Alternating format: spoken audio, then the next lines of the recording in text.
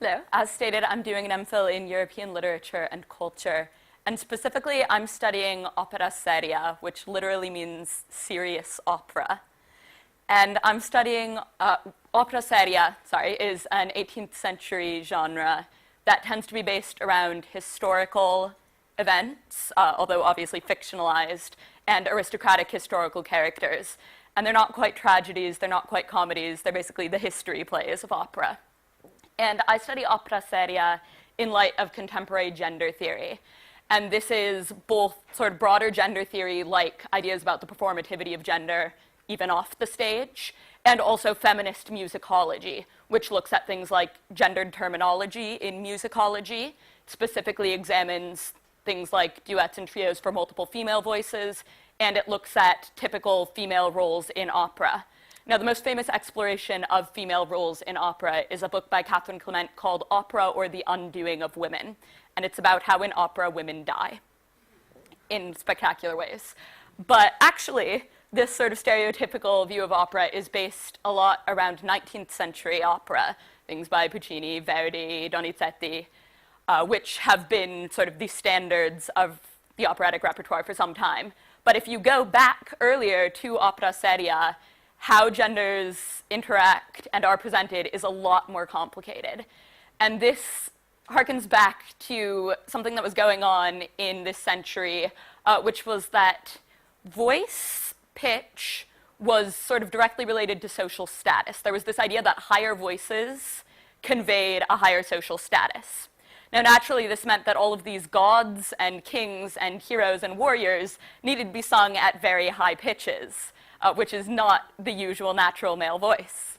Now, back then, they had this solution where they castrated men when they were young, and so there were castrato singers who would sometimes sing these roles. But actually, the popularity of opera seria was larger than the number of available castrati. So you would have a lot of craziness going on where men were singing male roles and women were singing male roles in the same production, and just for good measure, you might have some lowly servant characters like nurses sung by tenors because they could have lower voices. So you had a lot of craziness going on. Now, I'm specifically going to walk you through a Mozart opera seria called La Clemenza di Tito, or The Clemency of Titus, and just point out some of the gender craziness that goes on here. So to start with, here are our characters. We have Tito, the Roman emperor, and you'll get two pictures for each one, usually one from a more traditional staging and one from a more modern staging. We have Vitellia, who is the daughter of the previous emperor who was deposed. We have Sesto, who is in love with Vitellia, and Sesto was originally sung by a castrato, but is now almost always sung by a woman in trousers because there aren't very many castrati around today. And Agno, Sesto's best friend, who was originally sung by a woman in trousers, even though it's also a male role. So even in the premiere of this, you had both a man playing a man and a woman playing a man interacting on stage, and that was par for the course. So what's going on in this opera? Well, if we eliminate all of the side plots, basically what's happening is that Vitellia is really kind of annoyed that her father, the emperor, was deposed and Tito got to be emperor and she didn't get any of the political power. So Vitellia basically sets all of the events of the opera in motion by seducing Sesto into attempting to kill Tito, despite the fact that they've been friends. But at the same time, she realizes that there are two ways she could be empress. One would be by marrying Tito. The other would be by getting him killed. So she's kind of trying to pursue them both at once, and she keeps calling off the plot when she thinks that Tito might be about to propose to her. But as it turns out, Sesto goes off and on her orders tries to kill Tito and fails, and this sort of ruins both of her options at once. And the only reason everyone survives is because of the clemency of Tito, as stated in the title. So other than two women playing men, or rather stemming from that, what weird gender stuff is going on here? Well, there are a lot of complicated romantic relationships here. I can't say triangles because they're too complicated. Brief chart here. Pink are women playing women, purple are women playing men, and blue is men playing men.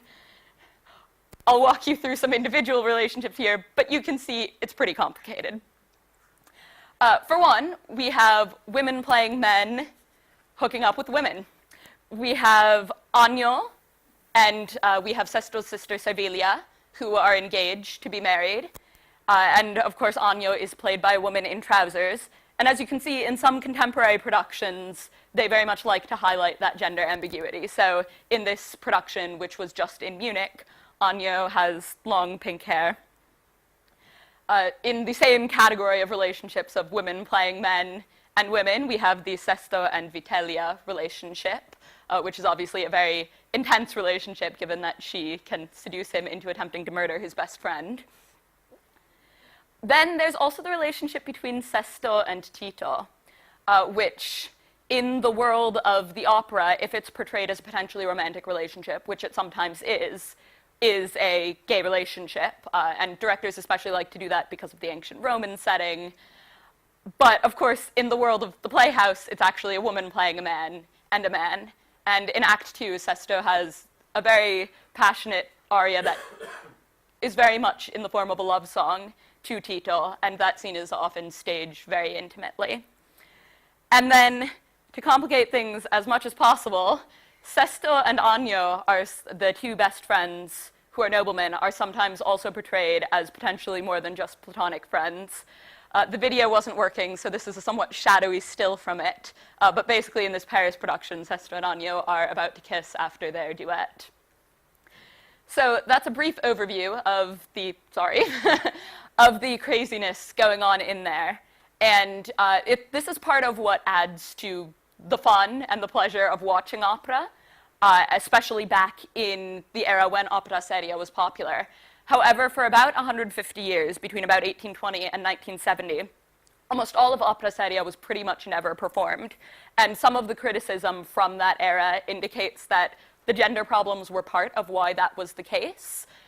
Audiences and directors were very uncomfortable with the question of, do we transpose and make the male roles sung by men, but that ruins the music? Or do we have them sung by women, but we're not really comfortable with having these relationships on stage? But recently, since about 1970, both La Clemenza di Tito and a lot of other opera seria by Handel and Monteverdi has been making a big comeback, and recent directors have actually really engaged directly with the gender and sexuality questions that they raise, as in some of the production stills that I showed you.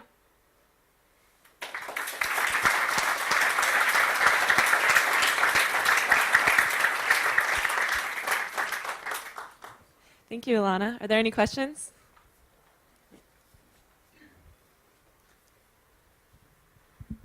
Hi. So it's been becoming a little more fashionable to actually change the gender of characters in productions of Shakespeare. I was wondering if this has happened in opera as well. And it tends to happen, it seems to me, in plays where there's a lot of these gender questions already, like in Twelfth Night or something like that. So I was just wondering if actually we've had, some of these characters actually being not just played by women, but they become women characters. That make sense? Yeah.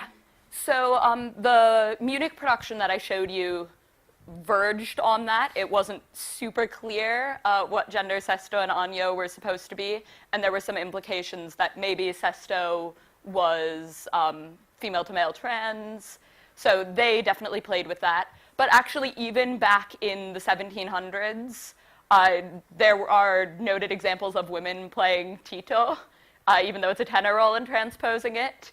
So things have been pretty crazy. And then, not in La Clemenza di Tito, but in other operas recently, there has been experimentation with that. There was a cross-gender Don Giovanni done fairly recently. And I know in London right now there's a cross-gender, well, rather all-male Carmen happening. So there are directors who are playing with that. Thank you so much for your talk. I think your presentation raises such fascinating issues, particularly around the idea of the way that culture and social values and society very much influences art and influences what gets shown, and censorship of these things to do with queering and kind of gender movement. And I wonder if you could comment on the way that actually we have a lot to learn from these historical operas, in the sense of the openness between gender movement and particularly in the relation to voice and status, which is kind of what was valued, and that's what was valued above this concern with gender, actually. And just a comment, I think it would be really fantastic, just as a note, if you would write an article about this, because I think it's kind of a wonderful thing that these operas are now being performed again with their gender movement taken into consideration, and what we could learn from a history that was perhaps much less discriminatory than our own.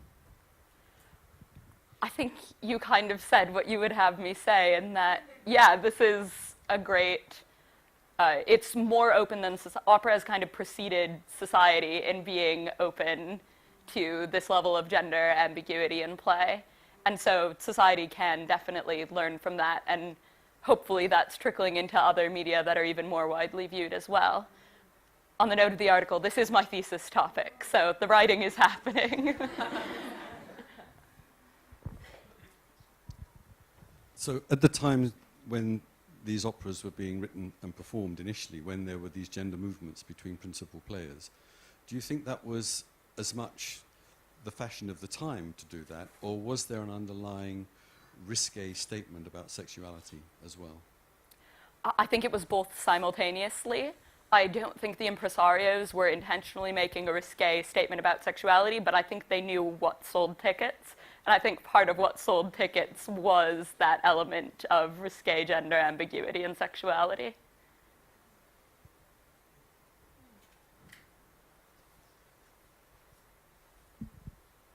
Thank you very much for that very interesting talk. I was just making an analogy between the gender dynamics in La Clemenza di Tito and the class dynamics in La Nozze di Figaro. And I noticed in La Nozze di Figaro, it's kind of about playing with gender, playing with class, sorry. So at one point, the Lord ends up on his knees before his servants, which makes a comment about class dynamics. And here we obviously have a very strong comment on gender dynamics. So I was just wondering, what do you think it is about opera that allows us to play with these ideas perhaps before society is even ready to digest them in another way?